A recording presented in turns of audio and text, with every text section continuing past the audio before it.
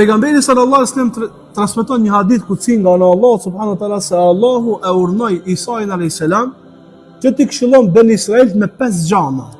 Një prej këtyre 5 gjanave ishte me i urdhëru ata me përmend Allah, me dhikr.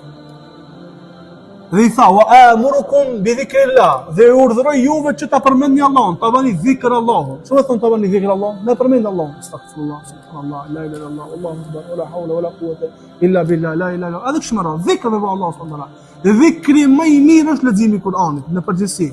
Pastaj në çdo kohë të caktuar, në çdo vend të caktuar, dhikri i caktuar që është transmetuar në sunet pejgamberit sallallahu alaihi wasallam.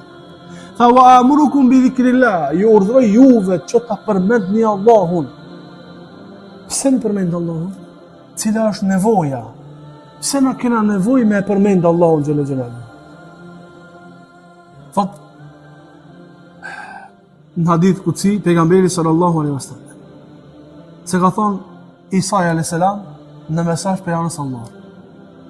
Shembulli i atij i cili e përmend Allahun është sikur shembulli i një personi, pas të cilit është lëshu armiku.